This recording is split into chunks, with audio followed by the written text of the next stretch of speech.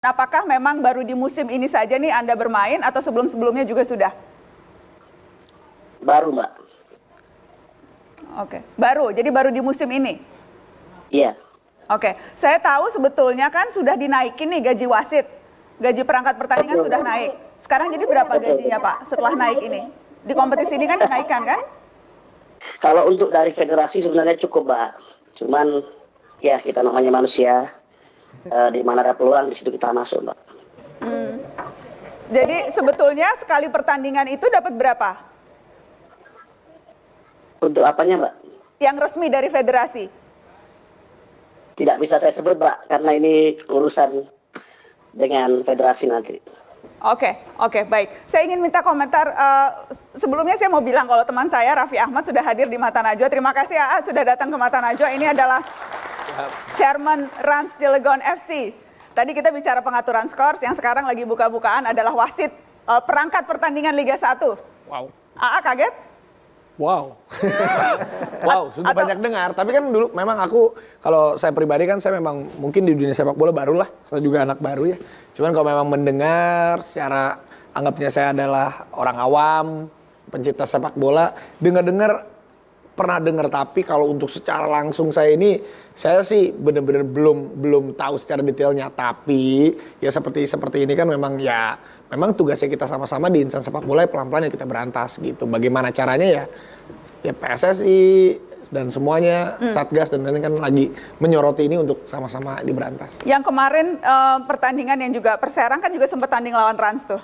Ya. Itu apa yang AA ketahui soal itu? Ya, karena kemarin, pemainnya udah dihukum nih. Apanya? Pemain Perserangnya sudah dihukum. Ya, kita juga apresiasi juga ada tim yang berani bicara itu. Tapi kalau kemarin juga sempat juga dikait-kaitkan Rans juga ikutan, tapi kan segera kita konfirmasi. Tapi kalau memang kita juga apresiasi ada tim yang berani bicara seperti itu, ya kita apresiasi lah. Itu juga kan sama-sama untuk kemajuan bersama. Rans sendiri pernah didekati setahu AA atau sempat apakah manajemen yang sehari-hari bertugas atau pemain atau pelatih? Kalau saya mungkin karena posisinya chairman dan saya nggak langsung turun ke lapangan, nggak turun ke hutan belantaranya, mungkin yang bersinggungan langsung sama saya itu nggak ada. Tapi selama ini saya mendengarkan report dari teman-teman saya di bawah sih ya. Selama ini kan Rans baru bertanding kurang lebih 6 pertandingan lah sama kemarin lah. Saya masih belum mendengar merapatnya itu ada di tim saya berbau-bau seperti itu, ataupun misalnya dari manajer, COO, teman-teman saya mungkin Darius dari presiden Rans, Rofi, ataupun pasti kan mereka report ke saya. Belum ada sih sampai ke telinga saya untuk yang beririsan. Misalnya ada pertandingan ini Rans ditawarin untuk lu menang dong, lu atau ini dong. Ya, selama ini enggak, untuk mengantisipasi pemain saya juga supaya nggak masuk angin misalnya. Dari sebelumnya kan kita udah kasih motivasi dia, kita pun memberikan gaji yang layak, kita pun memberikan bonus yang bijaksana buat mereka harusnya. Dan saya juga tanamkan ke hati mereka ya, harga diri kalian itu jangan hanya sebatas itu gitu loh. Untuk sampai sekarang masih di telinga saya, di lingkaran saya di Rans sih pemain ataupun apa belum ada yang sampai ke telinga saya gitu. Tapi bahwa itu praktek yang kerap kali terjadi, sudah nyata dan sebagainya, itu memang sesuatu yang Raffi sudah ketahui sejak dulu sebetulnya. Saya dengar sebenarnya waktu pertama kali saya pertandingan pertama, kedua, ketiga, keempat, kelima, saya juga deg-degan, saya tunggu nih, gue dikerjain atau enggak, ada yang ngerjain gue atau enggak. Saya menunggu nih, cuman ya alhamdulillahnya maksudnya ya. Beneran alhamdulillah atau sebetulnya nggak sadar dikerjain ya? Nah itu dia, ini kan alhamdulillahnya sih ekspektasi saya gitu ya saya sih polos-polos aja ya, maksudnya dalam sinergi ya udah deh apapun yang terjadi ya, saya juga orang baru ya, udah kita fight aja.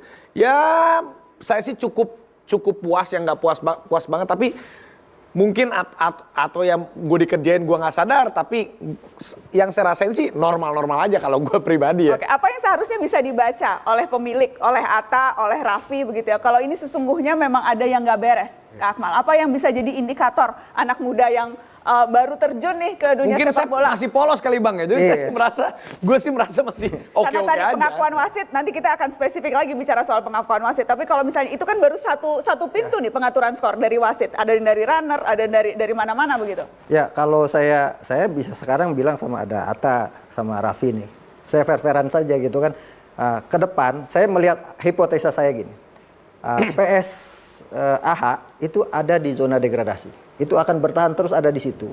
sampai kemudian 3-2 pertandingan terakhir akan ada orang yang datang untuk menawarkan mau nggak diselamatkan dengan jumlah sekian gitu, karena melihat sosok Atta ini punya duit gitu kan. Sama. Jadi harus siap-siap didatengin nih. Ya, nanti lihat aja. Enggak kan? Nanti akan ngalamin. Belum, kalau maksudnya aku sih- nanti akan ngalamin seperti itu. Nah, Raffi juga dia akan ada di posisi 3 terus. Sampai 2-3 pertandingan terakhir, nanti akan ada yang datang untuk menawari mau nggak 8 besar nih gitu. Ini hipotesa yang bisa kemudian jadi atau tidak. Artinya nanti akan terjawab di akhir musim kompetisi ini gitu. Kenapa? Karena dilihat Atta dan Raffi ini orang baru di bola gitu kan, dan dilihat punya uang gitu kan, punya cuan gitu kan, yang kemudian dianggap belum tahu rimba sepak bola kita. Nah ini Jadi yang mereka berada di posisi sekarang ini, posisi 3 itu sudah dikondisikan? kalau bukan dikondisikan artinya banyak mainan-mainan atau faksi-faksi di sepak bola kita ini yang ikut terlibat bermain. Sebagai contoh misal wasit tadi dikatakan itu kan, bermain di Liga 1, di Liga 2 juga. Ada juga pemain-pemain yang di belakang layar yang ikut terlibat di dalamnya. Misalnya Perserang kan bukan pemainnya ini yang main gitu kan. Ada aktor di balik layar yang mengatur itu semua, yang kebetulan baru masuk ke Perserang gitu kan. Karena dianggap Perserang ini masih ada orang yang bisa kemudian diajak komunikasi.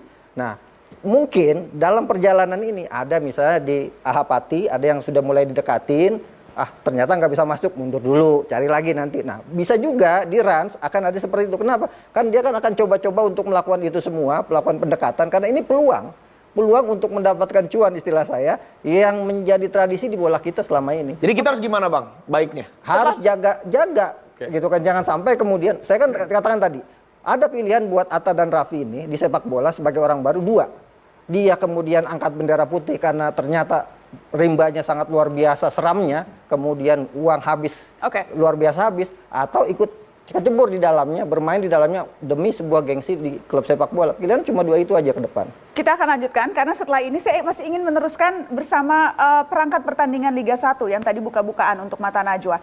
Dan saya juga akan berbincang dengan Ketua Komite Wasit PSSI, Ahmad Riyad, di segmen berikutnya. Apakah sudah tergabung? Selamat malam Pak Ahmad. Sudah tergabung? Baik. Selamat malam. Selamat malam Pak Ahmad Riyad, Ketua Komite Wasit PSSI. Tadi kita dengarkan tuh pengakuan dari perangkat pertandingan Liga 1 loh itu Pak. Setelah pariwara saya akan minta tanggapan Pak Ahmad Riyad. Setelah pariwara tetap di Mata Najwa. Oke. Tapi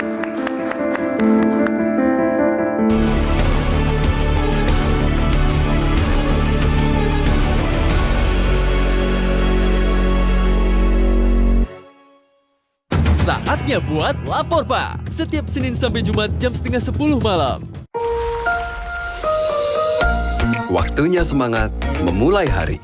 Dengan kesempurnaan harumnya aroma dan rasa spesial Dari secangkir semangat